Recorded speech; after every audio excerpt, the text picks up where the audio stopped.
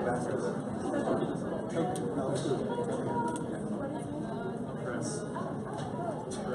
yeah. You as well. Hello. Oh, yes. Hi. That was fun. Let's get a celebration into our systems. So failure, I'm really excited about this panel. I have let's see if this cannot jingle. Switch. Cheers.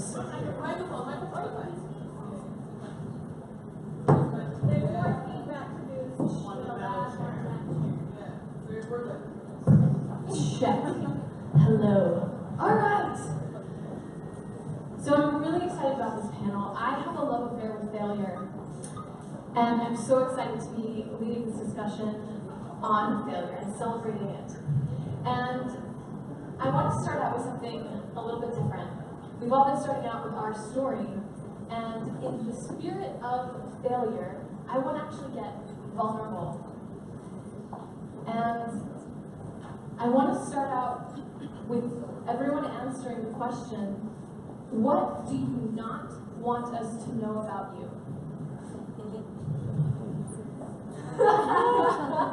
And the purpose of this is really because I believe that through failures we can learn so much, and I want to get real. So I'm actually going to start. What I don't want you to know about me is that last night I was having a meltdown, and this morning I was all excited. I was skipping to the subway station, and then an hour ago I was like, what is happening? And then during the dance party I was like, yay! And I am like a series of like ups and downs and ups and downs. And so I'm like, that's how I'm feeling. I'm feeling a lot. I can jump in. So, I had a really difficult time getting to the place I am today. And the low point of that failure, I haven't told very many people this, my family doesn't even know. You all are family today now. But I had left my job, my formal 9-to-5, to pursue my own entrepreneurial endeavors. Travel is a big part of who I am and my upbringing. But what took me there, kind of a rock bottom, what made me realize that the lifestyle and the company I was working for and kind of the structures that were in place weren't working for me, especially my personal health, and it spiraled downward into mental and spiritual health too. That rock bottom became severe addictions to certain things. And the true low point was actually coming to grips with myself and confiding in a resource at that time, about 4 years ago at this point, with porn addiction. And it's not easy for me to say, I still like shake saying this, so if you hear me like talking about it. But it was a really depressed state I was in. Didn't even realize that the impact it was having on me was affecting my work performance, was affecting my relationships, not even intimate ones, just with friends. And it was really hard rewiring and reprogramming who I was faster than I thought. And changing, the dreams I had for myself when I was young. That was a big failure for me, letting myself get to that point. I never thought I could be someone like that. And everybody has a different idea of that. It's the same with alcoholism, right? Or any addiction. Those are like severe addictions. But some aren't spotlighted as well. Food addiction in the US. Just having an addictive personality, whether it's to Hulu. I don't know. If you come home and you should work on something, but the first thing you jump to is Netflix or Hulu, you're not vilified for that. But that was a big failure for me, and kind of a low point. And it was important to go through that. Really important to come to grips with that and be aware of it. And be motivated from it. Thank you for sharing that. I'm a bit under the weather, so my voice may be off, so if you can't hear me, just let me know. So I came here to tell you actually all about failure.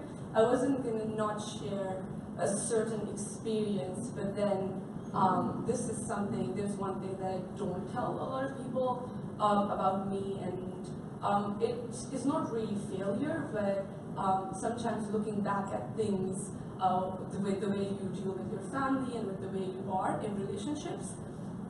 And my dad passed away 5 years ago, and that's something I wouldn't probably share with you. So it's not a failure, but there are things and conversations we can get into if they're personal, and in having failure in certain relationships and having regrets.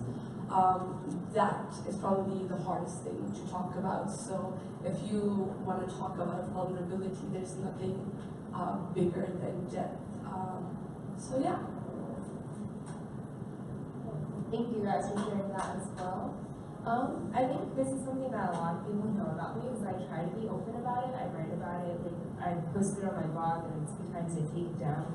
I always struggle with like being too open and too personal and like giving too much, but I struggle with anxiety disorder, depression, and I've actually had a suicide attempt before, so that's just something that like I struggle with, but gotten a lot better over the past year, because like a lot of it is, if I'm like shaky too, it's still something that's like very personal for me, but a lot of it is just like wanting to be better. Like if you want to be better, you will. So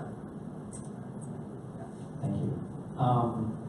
So what I don't want you guys to know about me is that this room makes me very well aware of my whiteness. Which is great, actually, because white people don't think about their whiteness very much, and we should. I moved here from Portland, Oregon, which is like the whitest place I think. And so it's interesting, I can just feel myself getting nervous and like, oh God, like, you know, is my privilege going to show, which it probably will, because it always does.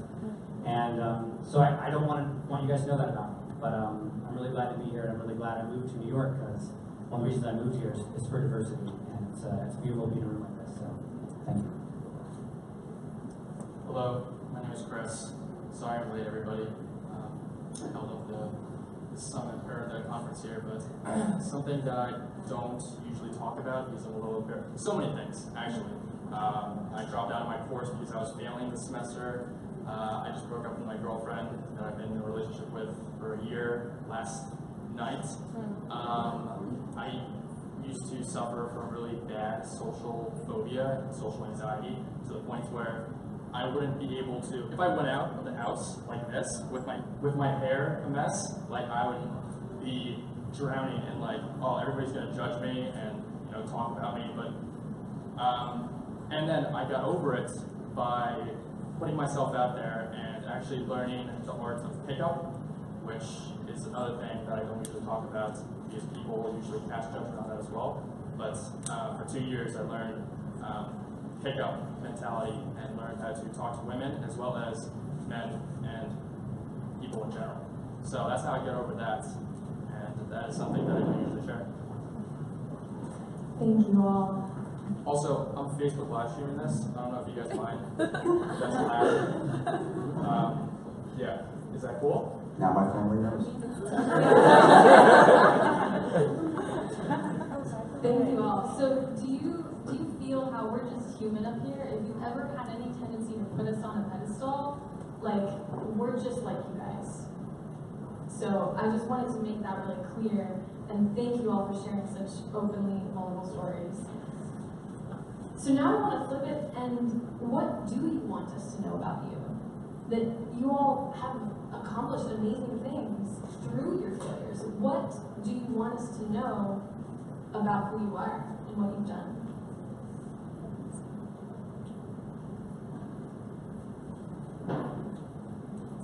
So I'll start.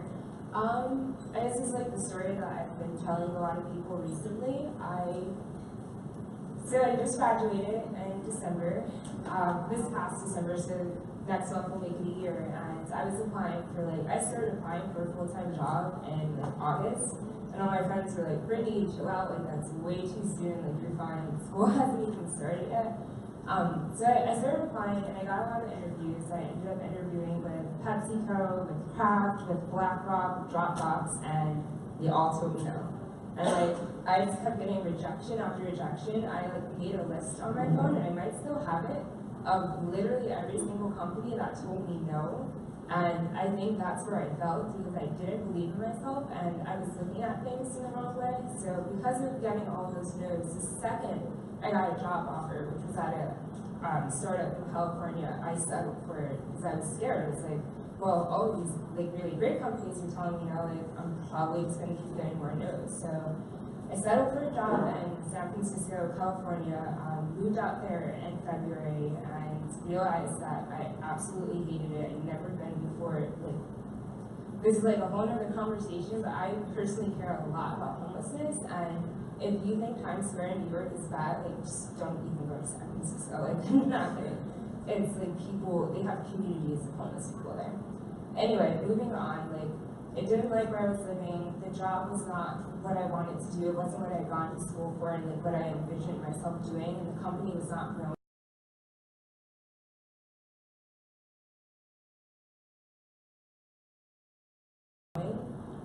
So after just like being really, really depressed over there, I decided to take control of my life and was like, I'm gonna quit. And I quit the job, and 2 days later, I moved back home without a job. And in that time, I decided to just like think of whatever it was like I wanted to do that was going to make me happy and what I could see myself doing at least for like the next 2 years. And what kept coming back to me was being an analyst. Like, didn't know what kind of analyst I wanted to be. I just wanted analyst to be in my title. So I started looking at all my past job experiences, and like I pulled from like anything that I ever did that could make me look like I was an analyst. I put that on my resume. I made it very action and like accomplishment oriented versus it reading like a job description. And here I am now, I'm an analyst at Fox Media, and I got that within 2 months of moving back home after having a 6-month period of working as a customer support specialist and doing sales for a random startup. So I think, just to reiterate, where I felt was I didn't believe in myself, I didn't trust myself, and I was looking at all of those no's in the wrong way. They were just going to get me closer to that yes.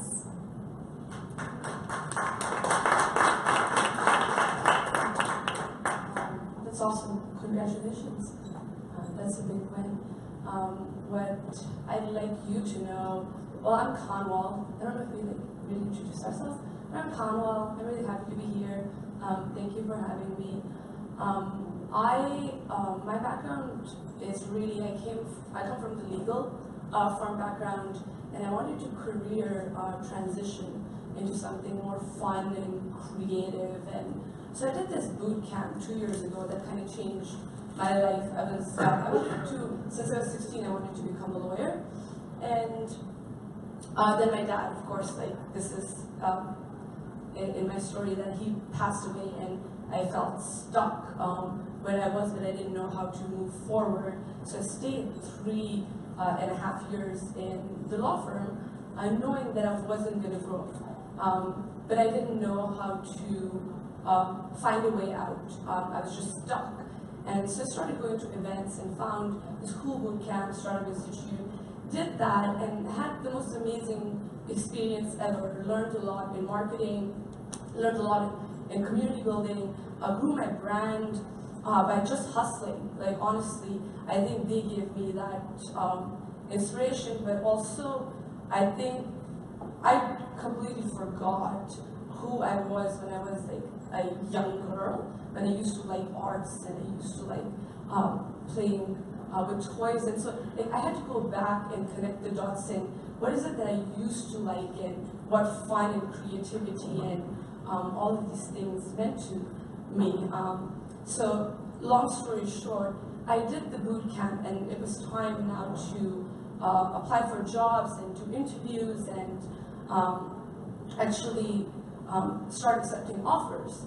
And I had a couple of interviews and started getting offers, and it was an overwhelming time because you're making the transition. You've only had 2 months of you have only 2 months of experience, but really you have 0 experience. You're walking in with nothing. You're like an imposter, and it's totally like, you know, social media, but before that, like, I only had a Facebook page. Then I learned about social media, and I got a job offer and I accepted it, but it was a mistake that I made. I was trained, they taught me well, and they trained me well to make the right decisions, to do the research and then accept that offer. And I've never made this mistake ever in my life, not to do research and not to talk to other people about it.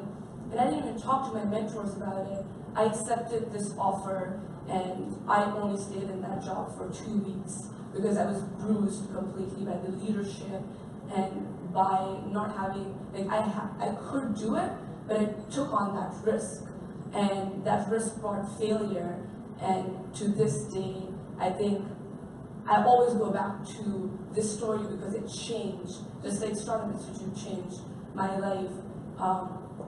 That experience and that failure is what makes me the person I am today. So people are very important to me when I accept the job and the leadership.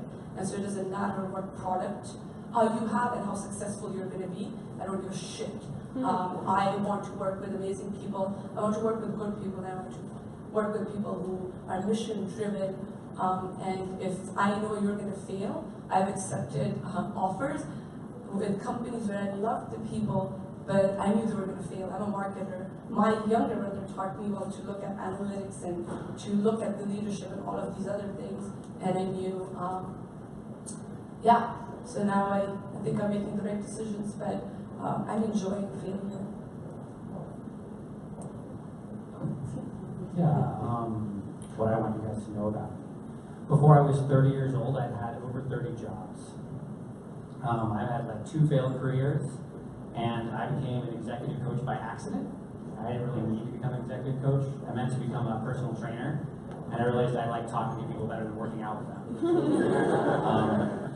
The muscles are so complicated, man. It's interesting, I was on a quest to figure out what the hell I was supposed to do with my life for 35 years, and for 34 of them I thought I would never get there. And it's so inspiring to see people here who have found like calling and mission so young. It was a real struggle for me.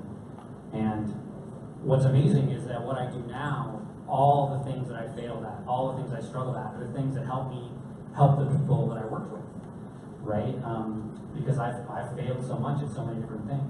I mean, I worked in the music business, so I understand the pressures of fame. I worked as a preschool teacher, so I know how to teach. Teaching kids how to use scissors is hardcore. So, I mean, I guess the thing that I want you guys to know about me is my big why is I want to create a world in which we have enlightened leaders. I think that trickle-down economics doesn't work, but trickle-down enlightenment can. We have wise and compassionate leaders. We can create wise and compassionate followers. So that's my mission, and that's what I want everyone to know because it's a mission bigger than me, and I want to keep going after it no matter what. Thank you. My big why is, well, what I want you guys to know about me is that everything that I've earned, I follow a philosophy called, which I like to call the great perhaps. And what this is basically taking opportunities that don't normally seem like they would equate to anything, but going through them and actually taking the time to delve out the plan and really go through it, then the returns are really big. So I'll give you an example. As I told you guys, I suffered from really bad social phobia, and when I was trying out this new pickup thing, all my friends would tell me that this is stupid, that I'm wasting my time, that I'm not going to get a girlfriend or a wife, and I'm manipulating women and doing all this bad stuff. And I could have listened to them. I could have kept doing what I always did, which was play video games, go to sleep, go to school, go back to playing video games, and do that over and over for the rest of my life. But I decided to do this when I didn't really know what was going to be the result, and everybody in my life was telling me that it was a bad decision to make while I was doing it. So it was scary, and it paid off. Another example I can give you is this past summer, I started working with a good friend of mine. He started this digital marketing company, and he asked me if I wanted to help him. And at the time, he had 0 customers, 0 revenue in the doors. There was no compensation at the time, and we lived in a 2-bedroom apartment with 5 other guys for 4 months and ate shit, and literally worked every single day. And now it's actually a semi-profitable business. and it was a really amazing experience together. So what I want you guys to take away from that is just to take on opportunities and don't be afraid of what other people are saying. I really care about making sure that everyone gets to travel. That's such an integral part of my upbringing. I grew up military, so my parents separated when I was really young, and it was a continental separation in addition to that. So I was flying to Europe about 3 times a year, at least, to see my dad and get some time with him. So I got really comfortable flying at about 2 or 3 years old. And to date, I'm not really proud of this, but it's just a fact. I've calculated it recently. I've done like close to over 1 million miles in the air, maybe a little more. But that has led me to have a strength that's been very apparent in a lot of my interviewing when I was working full-time. A lot of friends and just peers and people who know me, people who don't know me, have often said this to me, and I think it's important for people to develop it, like an emotional intelligence. So we're all aware of that concept, right? I hope so. I want you to develop it, so please learn what it is if you don't. But that comes through travel. I think that's the #1 way you can increase your emotional intelligence, your awareness of other cultures and lifestyles, and I strive to help people do that through my own content, through my own experiences, and mainly sharing how to fly really cheap. But that ties into the second aspect of what I've learned from traveling. From travel, forgive the gum in my mouth, I'm sorry. From travel, I've been exposed to other lifestyles. And I'm huge on the fact that your work lifestyle, your personal lifestyle have huge overlap. Huge overlap, as I told you before about what I had experienced and what led me to realize my work performance and my dreams were beginning to dissipate very quickly because I didn't have control of my personal house. And mentality and energy, and it was just all overlapped in such a horrible way without keystone habits there. And some keystone habits are really weird or unique or not from our culture or our lifestyle, and it's strange. I think we might talk about how we get shit done or, our tactics for that, and I'll discuss it more, but some really popular content that I've shared and created is why I sleep on the floor. So something I've committed to the last 1.5 years. I sleep on the floor 5 days out of the week. And it's such a simple habit, such a simple change. And it was inspired to me because I saw 70-year-olds doing it in Thailand and Africa, and I was like, well, I thought that's supposed to be bad for you. Like everything in our culture promotes that as bad, right? Your spine is gonna harden and turn to stone if you sleep on the floor, and you'll wake up in pain, and all these simple remedies. And simple habits that other cultures can teach us. And they can have such a profound impact on your personal life. And taking care of that first is really important to me to make people successful in however they're choosing to pursue their dreams or get shit done. Thank you. Awesome, thank you guys. So I help business and tech leaders. One of the many things I do is I help them to become unstoppable in their actions, using their emotions. And there's 2 moments where they tend to get tripped up. I think this applies to everyone, is the step before you leap to take action, as well as that moment when you're in doubt, when you're like having that meltdown, when you're like, oh my gosh, did this just fail? Like, it's like shit's hit the fan. And so I really want to speak to that moment because it's a celebration of failure panel. And I want to share a quote by Michael Marlin, and he says, he's a juggler and an inventor, and he says, the only reason that I'm a better juggler than you is because I've dropped more balls. So it's that moment when we drop the ball, and we're like, oh my gosh, do I have to pick this up again? Do I have to go through this again? Am I ever gonna get this trick? That's the moment that I really want to hear from each of you. What do you do in that moment? There's a new term, it's called anti-fragile. There's a book And yay for failure, I forgot the author's name. But it's this idea that instead of being resilient, we actually grow from the failures. And so I want to speak to that moment when you're in that doubt, when you're having that meltdown. What do you do? What do you tell yourself so that you pick that ball back up? Yeah, I can start this one. I lived at a Zen monastery for 2.5 years. That's where I got the name Taboo. It's not my given name. My parents are not Japanese. At the end of that time, I had to decide whether to become a Zen priest or what I was going to do with my life.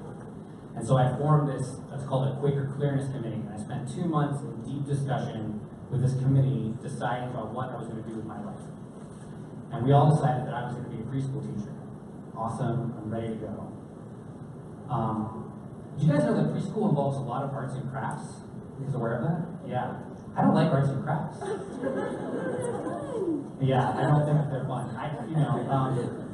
So I got 2 months into this, and I was like, I've been like, before I'd gone to the monastery, I'd been a total stoner, pothead, music business, drinking late at night guy. I used to have like long hair and hats with pants. I'm like almost unrecognizable from what I am today. And I was like, great, 2 years in a monastery, I pick a job that I hate. Like, I'm screwed. And I was just caught in doubt. And I realized that whenever I get really focused on the outcome of something, what something is supposed to look like, I always make myself miserable. And so I went back, I was like, why did I decide to become a preschool teacher? And I decided to do that because I have a life vow to be of deep and fundamental service to others.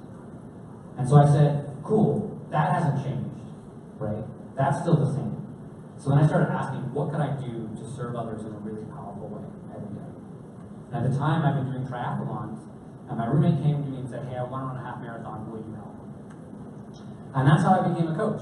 I just started helping her and helped her change her life. And so what I do when I'm caught in doubt is I let go of the outcome, and I ask, what's my intention? What's my mission? And what happens if I just show up with that every day? And that always gets me over the hard times. I can speak to that a little bit. So we're gonna have to switch to Q&A soon. So if we could do like fast rapid round. Sure. Yeah, so speaking about becoming, I was focused on the outcome at all times. I'm going to keep talking about pickup, and also I'm going to talk about entrepreneurship too, because that's all I know. So I did a lot of sales, and I did a lot of pickup, and I found that they were vastly similar in a lot of aspects. So for me, I was always focused on the outcome, making that sale, getting that girl to kiss me, whatever. And whenever I would focus on that, I would always screw myself over 110% without fail. And this is very similar to the juggling analogy. If you focus on not dropping the ball when you're juggling, you're almost always going to drop the ball. But what I found is to switch my perspective from outcome orientation to a process orientation, where I'm focused on the process, the enjoyment of the process. So when I made that switch, when I was cold calling and I started focusing on, how can I make the other person on the other line's day a little bit better, and started having fun with it, then I saw not immediate, but after having fun with it, I saw a lot better results than when I was focused on just making money. So it become process oriented. I definitely want to jump in on this. I love Anti-Fragile. Please read that book. It's exploding in popularity and becoming synonymous with entrepreneurial spirit, endeavors, the way we view that overlap between our personal lives and our work or professional lives. A big concept from that book that I use the word a lot and that I build into my own life is optionality. And optionality is essentially increasing your ability to take multiple options on. Things that reduce your optionality, as an example, is a 9 to 5 when you're trying to build your own business. So how do you reduce those things that decrease your optionality? And touching on anti-fragility and failure especially, tactics or ways that improved it for me, why I began sleeping on the ground, that was one of the first weird things that I implemented, or strange things where people obviously would cock their head and say, why? Is doing more of that. So doing things that people don't expect you to do, committing to them, and introducing the concept of play. So is everyone aware of kind of like CrossFit and a lot of fitness trends moving towards the idea of play? Yes. Familiar with that like term in the way I'm using it? Well, that's just with fitness, but I think you can do it with your own life, your personal life. So I did a year of different challenges. I just kind of wrote down these like what sounds funny or weird to me that would be interesting in a conversation if I told someone I did it, or would just be really strange. And I would commit to doing it on my own. And it basically gave me the strength to say I'm doing something because I fucking feel like it. And that's important. That's very important to flex. If you start from that, pardon the fuck, but if you flex that on your own, you have the ability to do it more strongly among others. So some of the challenges I did that were quote unquote weird or allowed me to be comfortable in my weirdness and then able to more concretely or definitively decide what I wanted to do without social pressure or other influences was a year of these experiments where I was living like a week without artificial light. Like I just bought a bunch of candles, and when the sun would go down, the sun would go down. I'd be living by candlelight. I wore like a 3-piece suit for a week to work, just like full to the nines with a hat and everything. I did a week without underwear. I did a week of performing on the street and trying to collect money. I did a week of creating something every day. Trying to set it. So at home, I suck at drawing or painting or anything in the creative arts visually. So I was like creating a lot of things at home or building something, and then I just asked if someone wanted to buy it. And that year of experiments gave me strength to do what I wanted to do, and that was important. And it allowed me to fail. So a lot of that was failure, but I was just committing to having fun with anything that came to mind, and it just felt like something I wanted to do. And that's important. I think it can just begin from that place. And Anti-Fragility, that book, Anti-Fragile, was a strong proponent of me gaining confidence in that mentality. Awesome, thank you. I'll go really quickly as well. Can you repeat the question too? What do you tell yourself, or in a moment of doubt? So I guess, and to like reiterate on what they were talking about too, that is something that I struggle with a lot, being so focused on the output versus the journey. So I was talking to someone earlier, I believe it was Heather, and I was telling her like whether it's like I want to lose weight, instead of focusing on like just being happy, eating healthier, I'll think only about what I'm gonna look like when I'm 125. And that's like so unhealthy, and it's like so unrealistic, and it's like that's why like you end up giving up, because you're not even enjoying what it means to like get to that goal, and like you don't even know why you set it. So I think one of the things I've done recently to help with that, I'm an artist, like at my core, like that's just who I am, who I'll always be. So I went to Open Doors, which is basically like a lot of artists in work had their doors open, like showing off their work, and I asked them about it, and the common thing that kept coming up was I would ask them like, why do they care about this piece? And they're like, well, I don't really care about the piece, it's more so about the process and how I felt when I was creating it. So I got back to writing poetry again, and as I was writing my first poem, I wrote down how I felt as I was writing it. So it was almost as if I was free writing as I was free writing. And I wrote down how I felt after I created it, and it just came so natural to me. And I think like if there's anything to take away from this, just like appreciate the moment and like stop worrying about what the end result's going to be, because you're never going to get to it, and that's all you focus on, which is like very weird, but it's so true. Thank you. So do we have any questions? We're going to take 2 questions. Everybody's so lively.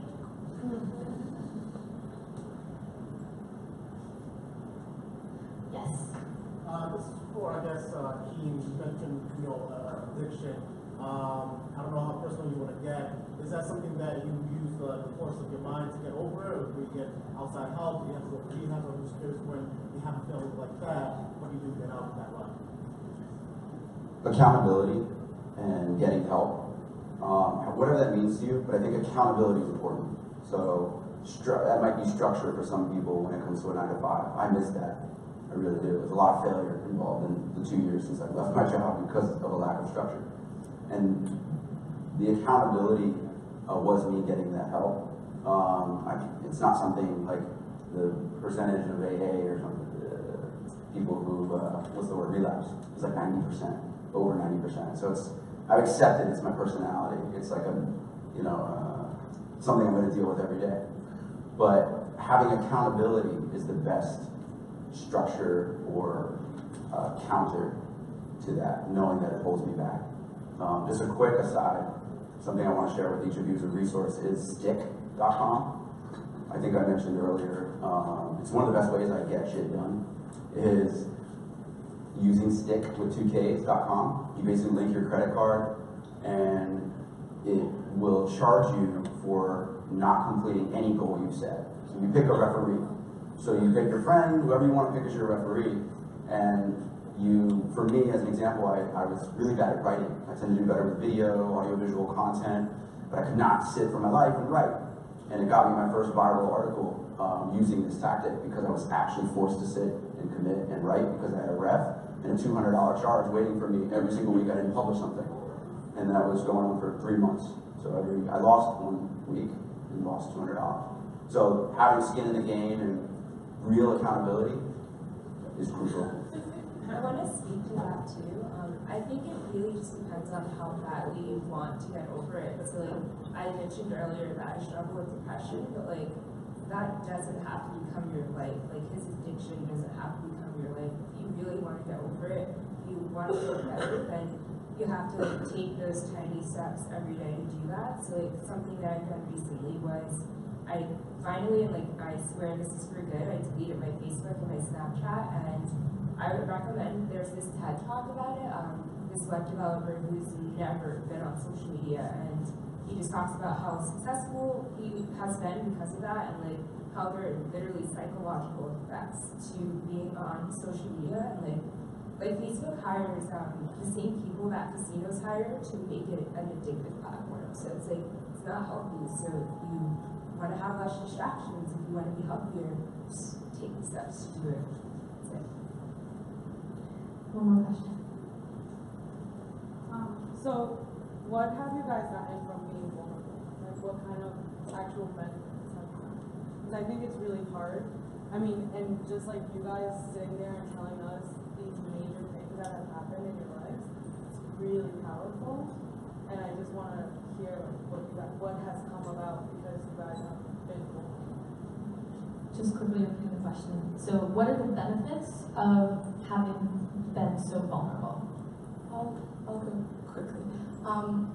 I think vulnerability got me every single good relationship that I have to this day, because I was authentic and I was genuine. Like I mentioned, I care about people, and so when I talk to somebody, it's not about like, hi, how are you? Like, what job do you have? Like, I'd like to have a different conversation where I get to know something about you that I remember you by, and so you remember me by.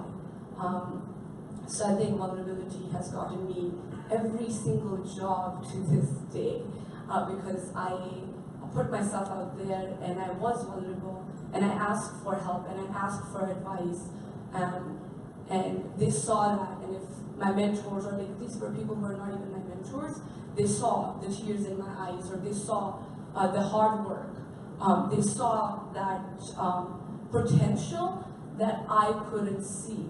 And so, yeah, every single job or every single adventure that I'm having is because of vulnerability. I would say speed and filterization. So a lot of times people will try to put up a front and act as if they are, better than what they actually are, because they don't want to seem vulnerable, they don't want to seem weak in people's eyes. And for me, I used to do this a lot, and it would create fake relationships with people. And these relationships, on the short term, they were like, okay, but long term, we would realize that, we don't actually like each other because our relationships were built on a foundation of lies. So for me, being authentic is the best way to understand if I'm on the same wavelength that I can actually connect with someone in a long-term relationship.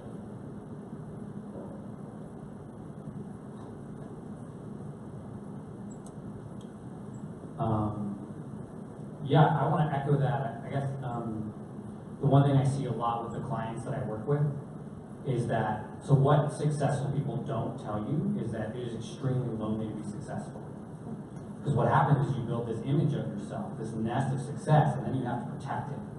So, I mean, in some ways it's easy when you haven't succeeded, because like you fail, like nobody cares. But if you're Elon Musk and your rocket blows up, like everybody hears about it. Everyone's like, hey Elon, what's up, dude? And so it's hard, it's really hard, it's really lonely to be successful. And so one of the big things I work with clients on is like learning how to be vulnerable and like show up and like regain some of that magic juice that they had when they got started. And so if you can learn vulnerability on your way up, when you get to the top, you won't be alone, right? So if there's this idea that like when I get successful, the way that I would think about it is for men, it's when I get successful, I'll be free. And for women, it's often when I get successful, then I'll be loved. And you got to start being free and loved now, at the beginning. So then when you get to the top, you don't have to hire me and a therapist and a divorce attorney. You know, you don't have to do that stuff because you came to that success with your heart there, right? Not just seeking some external vision of what you want to present to the world. So vulnerability gets you everything, gets you life. I want to just really quick, I think it's two things. I think it's being vulnerable with yourself and with others. So I think I do a really, really good job of being vulnerable with other people, but like when it comes to like being real with myself, that's something where like I try to like create that image of success to myself, not to everyone else. Like I'm fine with everyone seeing me like have a meltdown or like seeing me cry, like whatever, like for that it's like fine, but like you also have to be really open with yourself, be really real, and like just because otherwise you're just going to keep lying to yourself and you're not going to be able to, I don't know, like live a happy life or just reach any of your goals if you're not being in check with you. Awesome. Yeah, I'll throw it. I definitely agree with relationships. One thing I've learned from vulnerability is that it's the first step to increasing that personal optionality I spoke about, like creating more options for yourself. And I love anti-fragility. I didn't do that in there. I definitely would have. It makes you more anti-fragile, meaning a great example that's thrown around a lot is Donald Trump. He does not care what he says. He does not care what he does. But it strengthens his brand and it gives him more options to do things in different ways compared to like financing his campaign, as an example. He's had tremendous optionality because he has been vulnerable as a candidate. And I think starting with vulnerability and accepting that you're weird, you're strange, you come with flaws, you want to do things differently, you don't want to wear suit pants on the day you probably should. That contributes to how people perceive you and allows you to continue to get away with it and give you more options in the future. And it'll align more and more for you the more you commit to vulnerability. Yay for vulnerability! Thank you all so much for getting so vulnerable, and I hope that you all enjoyed the stories. Yeah!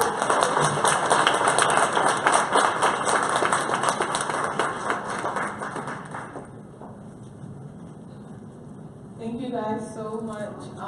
We're now going to transition into our next panel. Let's chat more.